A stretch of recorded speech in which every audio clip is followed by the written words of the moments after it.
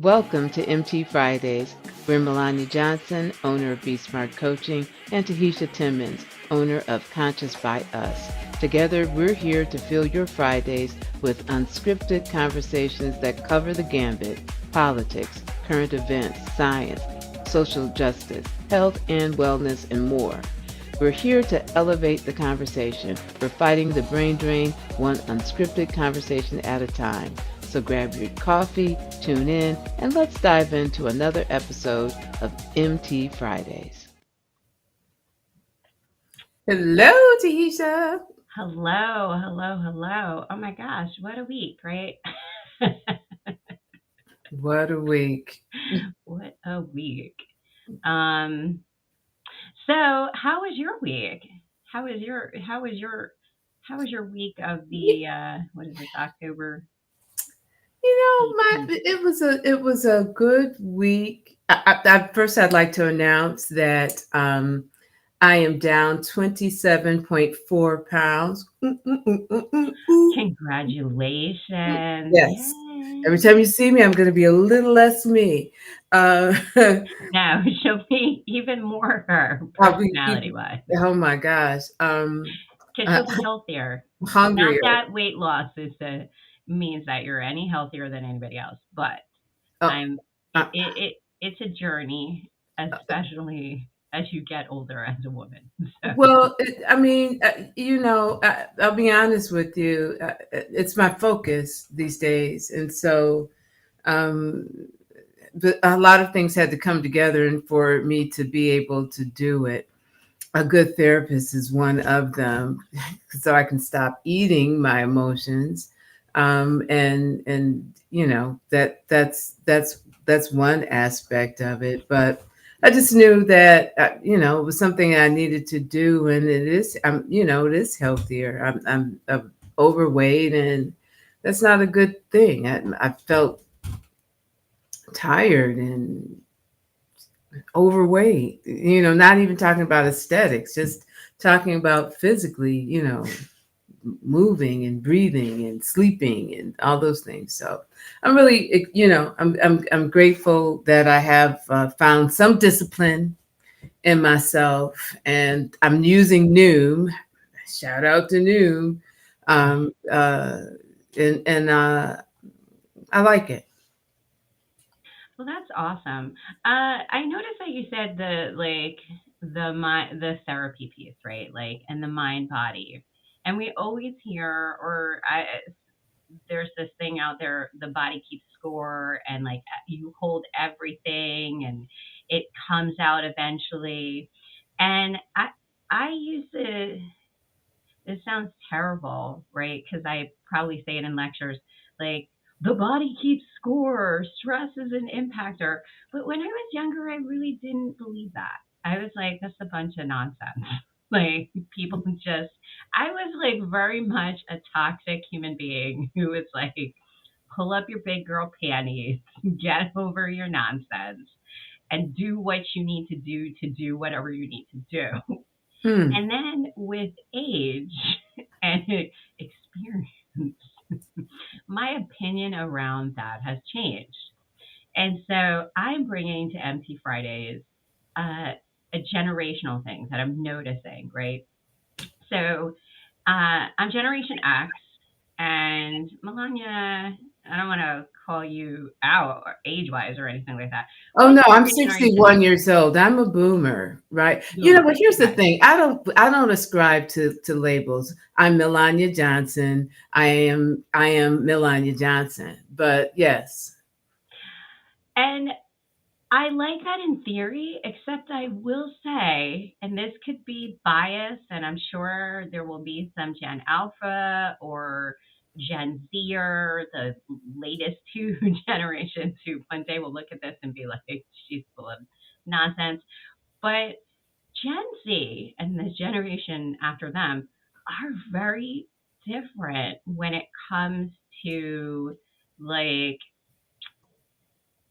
this idea of growth towards change. Like, I know I'm not the same person I was when I was younger, but Gen Z is super smart, right? Like, they seem like middle-aged people as far as all of the information that they have access to, with the ability to sort that has the youthfulness of like teenagers. So it's like a lot of information and not a lot of, I don't want to say critical thinking, but not the experience that you would have to like sort through that information. So when I said I transitioned from like pull up your big girl pants, like just, like that was how I thought about stuff. And I have to say it probably came from my parents. It's total like different generation, right? But my kids have not necessarily um, taken up some of that, like some of my generational beliefs or some of our generational beliefs. Because I know that my generation is perhaps first the helicopter parenting stuff, and so my kids kind of like they just know everything, I think, or they tell me they know everything. So like it's not I'm wondering what they're gonna feel like years later when they look back and they're like, well, maybe I didn't really know as much as I thought I did. Because I've come to that conclusion as the years have gone on that like some of my beliefs have shifted.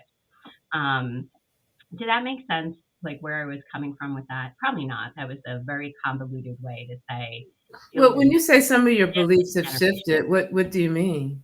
Just that I was very much like, if you try hard enough, you're going to get wherever you need to go, right? Like the naivete of youth, that the information you have access to is absolutely right and that your beliefs are the right beliefs. And I was very like stubborn. And I think that's a youth thing. But I didn't have as much information I was drawing off of. Like Gen Z has a lot of information they draw from that is probably accurate. Like my kids will tell me stuff and I'm like, oh, you're right. Like I'm shifting my beliefs around that. But when I used to say stuff to my parents, it was probably like based on Encyclopedia Britannica, which was like 30 years old. So I do feel like they have more access to information. And I wonder if they will also shift their beliefs like I have, because they seem to be very like my kids know stuff and they're right for the most part, but I find that they're more fixed in like this is what I've decided and this is a bit like I feel like I've had some shifting, and I know you've had some shifting in your thoughts about things as kind of like had greater access to information as we grow and learn. And I just find that like, and this is probably me being the older generation, they seem less open to criticism. But I'm also in my feelings right now Well, this week. well, I here's will the share that. yeah, but it's very interesting. I watched a YouTube video this morning. It was a man talking about the difficulties of being a man and not, um, you know, uh, and I'll be honest with you, a part of me, I don't understand men well, and I'll be the first to raise my hand and say that.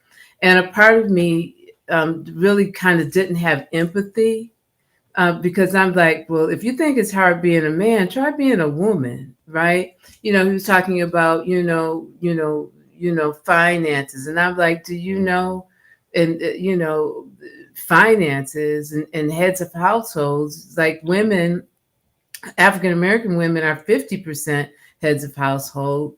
And when you start looking at other ethnic groups, they're marching towards that 50% too. So it's like, well, yeah, we know that stress too, right? And we know the stress of raising children and working and being the person in the home that keeps everything in order. We know those stresses, and so I kind of listened to him, and I was like, well, men don't.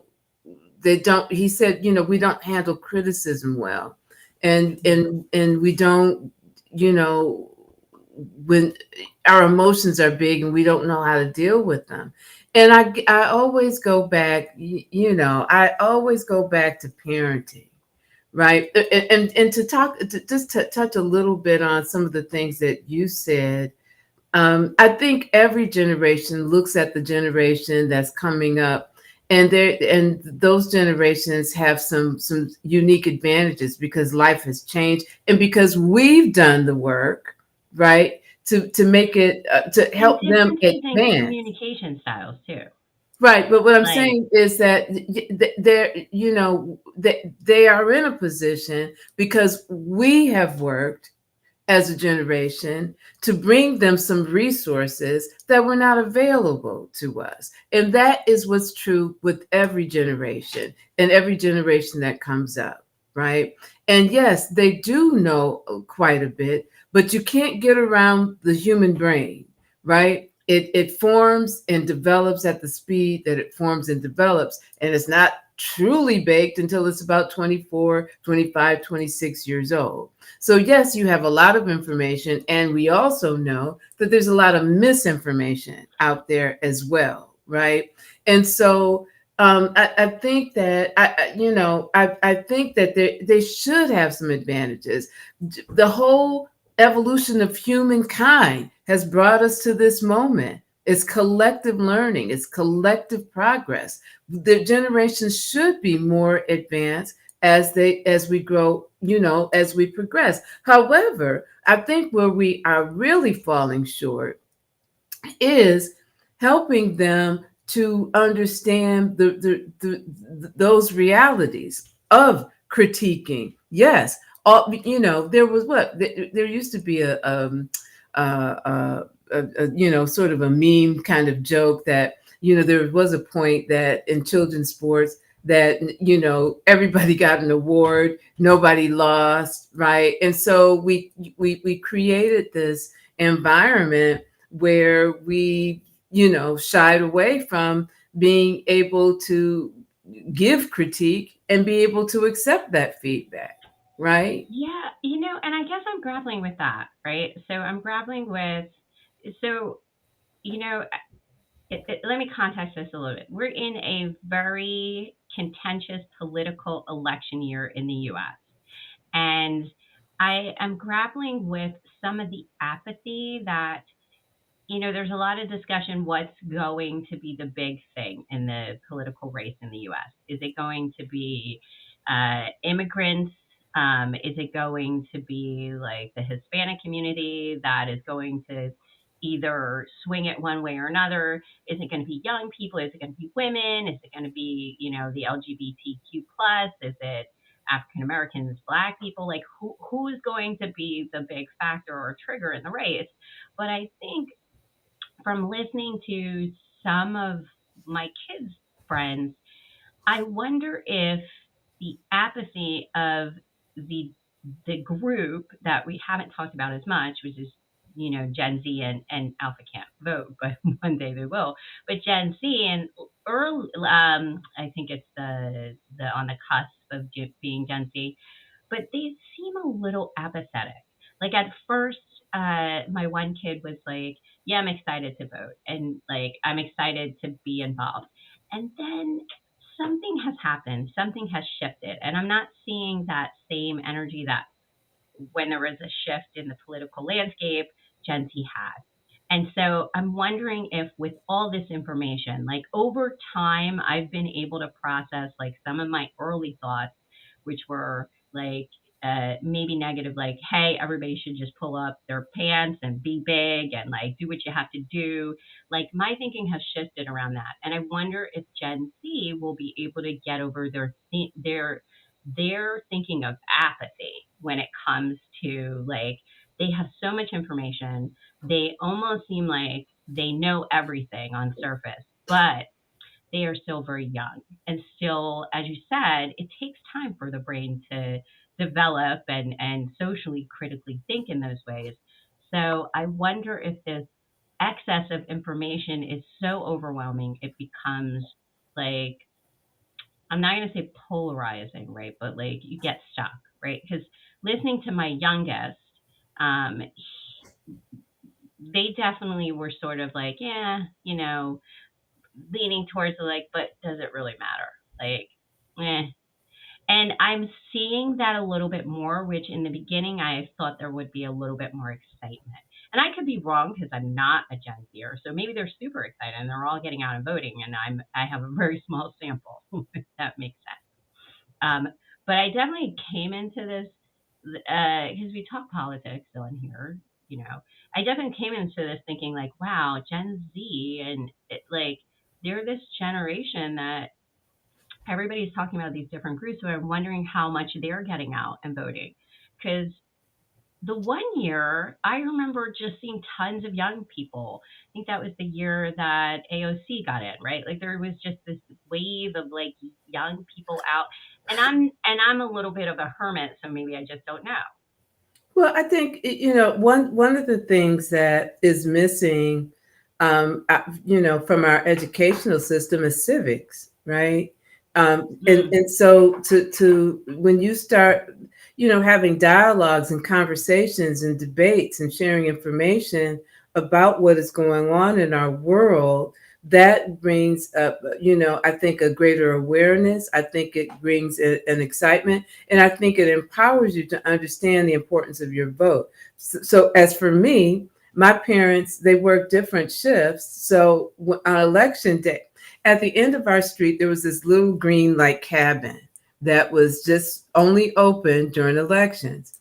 And every time we drove by that, I was always so curious, like, what's inside? What's inside? Right. And then on election day, that's where my parents went to vote. So twice that day, I would go in the morning with my mom, and then I'd go in the evening with my father. And it was a really big deal. And I think I've shared with you the last time my father voted, he was, had Parkinson's and was no longer able to drive. I took him to go vote. And that was one of my biggest honors, to be able to do that for him.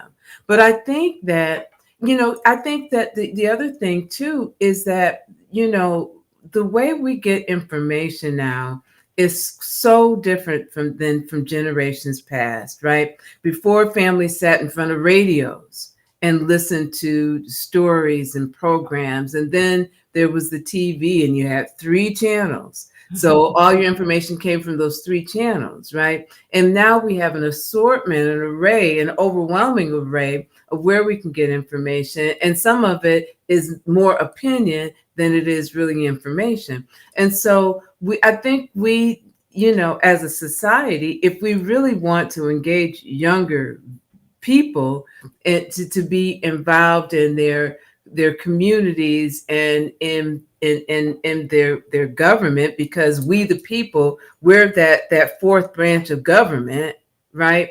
Then we need to go to them where they are and find the information sources that they live in, and start those dialogues there, because I don't think that people really make the critical connection as to what happens in Washington, what happens at the state level, what happens in your local levels actually impacts your life. and there's just, as you mentioned, there's just so much misinformation too that comes from channels where you might get accurate information. Like Instagram is a hot pocket, and just a like you can get really great information from Instagram, and you can also get some awful information from Instagram because it's sort of a free for all. Like you have, you know, government bodies that have Instagram pages. You have valid educational institutions that have Instagram pages. And then you have, like, I have an Instagram page. Like, and like we're all putting out stuff. And so, how, how do you critique that information? And I know that some of that is being discussed at universities and like high schools, but it almost seems to need to start sooner because we have such a plethora of misinformation. Like what what does accurate information look like? And then you bring in AI, right? The next level of, you know, content creation, which is so helpful and can help you make great information. But AI is like a teenager in my mind. It is ripe for misinformation development and bias itself. like, because they do talk about that bias in machine building and AI and all of those things. So I guess I started our conversation kind of weaving and meandering. I didn't really have a point. Like, right. I was just like, generation younger than me. I'm so confused by them. But like, really, it's because I see them as like, they're part of like this AI generation, and I see them all together as like, how are we going to, before it gets too far, how are we going to figure out, well, how do we get people engaged, and how do we get the younger generation to kind of, you know, uh, get involved in some of the important pieces that are happening right now that are going to shape the world, I right? think that parents have a responsibility to educate their children, right? I think that, to have these kind of conversations, to have, what this law was passed, or this is something that we're fighting for. If young people are not in the voting booths, to cast their vote for climate, then God bless you, because that is one of the biggest things that is going to impact your life. People around the globe's lives are going to change because of climate. You're going to have climate refugees. You're going to have places that are people where people live now who will no longer be able to live there because of the violent weather, the flooding, the hurricanes, the tornadoes, all of those things. I mean, in Buffalo a couple of years ago, we had a snowstorm that killed 50 people, right? And we're like, Yeah. people see us like Buffalo and snow. You know how to handle snow. Yeah, we do. But That was I've never seen wild that snow. kind of weather. Like 2 days of like hurricane force weather and snow. Okay. I And mean, that should be something that drives people, women, young girls, right? The control of your bodies. That should be something that drives you. as you're mentioning this stuff, I'm thinking to myself, we have developed this sort of very transient memory of what happens even in a few months. Because, like, Buffalo is huge, and the whole country was talking about it for probably 45 minutes. Whereas, like, it sounds like Friday, old people talk about when I was a kid. But, like, that storm probably would have eaten up the news for weeks, like, Well, it's different in like now. the 80s It's and different. 90s. It's very Um, different in terms of the the news you have cycle is so different, yeah. and so and not having grown up with that, I'm like also curious. Like, this generation has grown up with stories that are huge that drop and then disappear. Nobody's talking about them again. Like, and unless you were impacted by it, nobody's talking about it again. Like, so many big things happen that we quickly have access to and know about, and then they disappear. Um, I want to go back to something that you said. You talked about, because this is the second time today it has come up, that folks not being able to take critique or to take criticism, right? And you talked about, let me ask you this: has there ever been a generation that's been able to take criticism? I mean, who called themselves the best generation ever? I mean, there was some generation that called them the the, greatest the generation. greatest generation, right? So But why were they the greatest generation? I don't Did think they other were taking generations think I that? don't think they were taking criticism. I mean, we Well, mine is Gen X. Like, that means nothing. No one ever remembers us. Like, we're well, the smallest. but Wah, but wah, wah. but again, I'm so vehemently opposed to ageism. I'm so much. I've always been centered on the person. I've always been. That's why I love coaching, because I can work with the person. So I really strip away. And I'm going to push back on that because there are some themes in generations. And there are some themes that bubble up because we've experienced that. So as a Yeah, group, yeah, but you we know what kind I of think understand is that.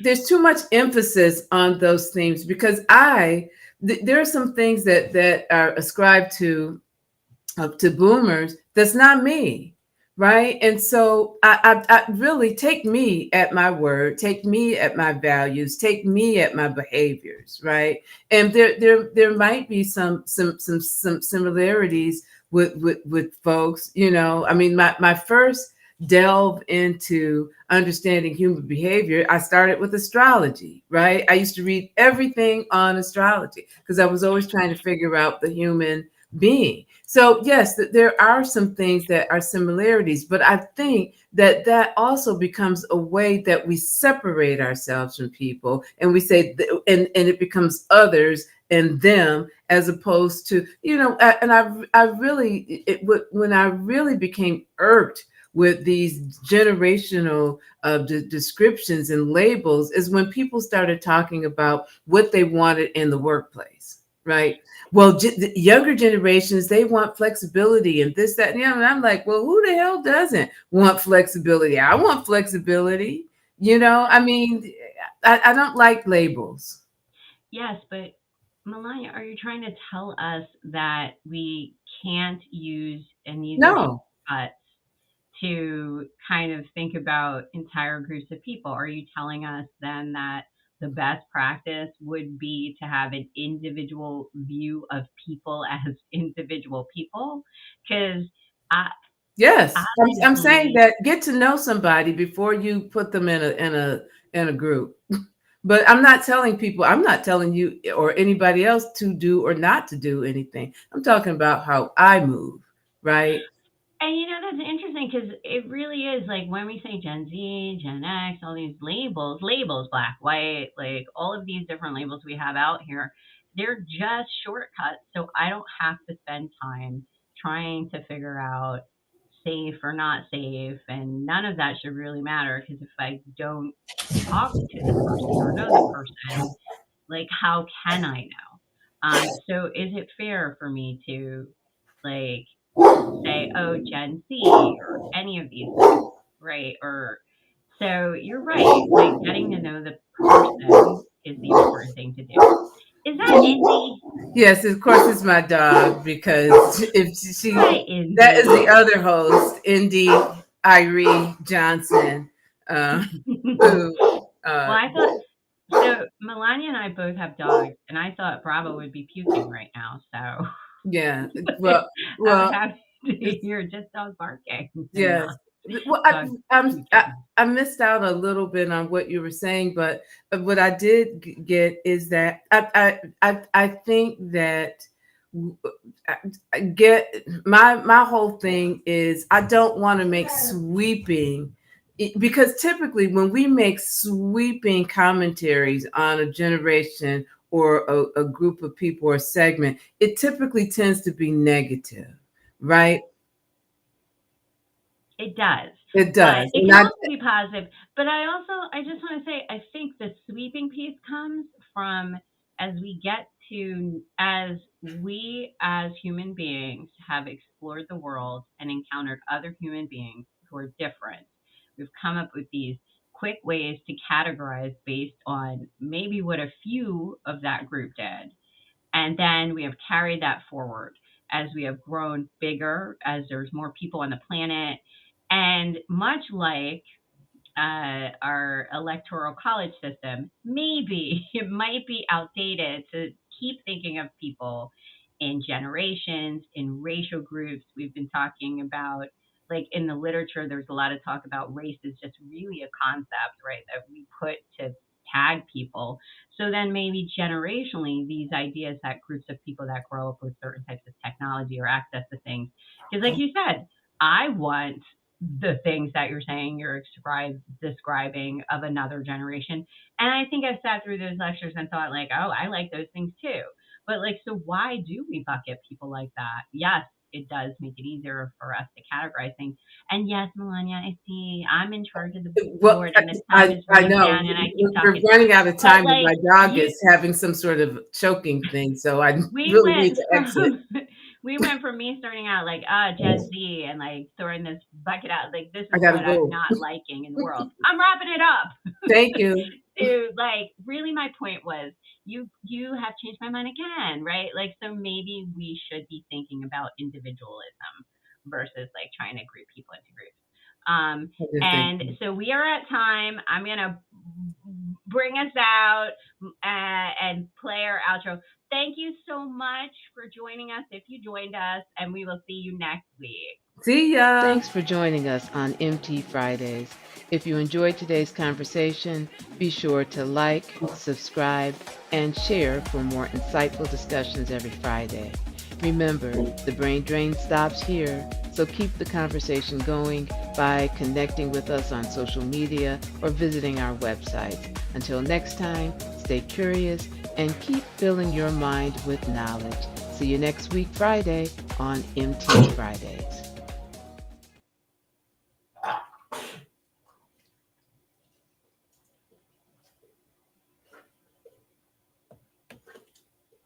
I'm sorry.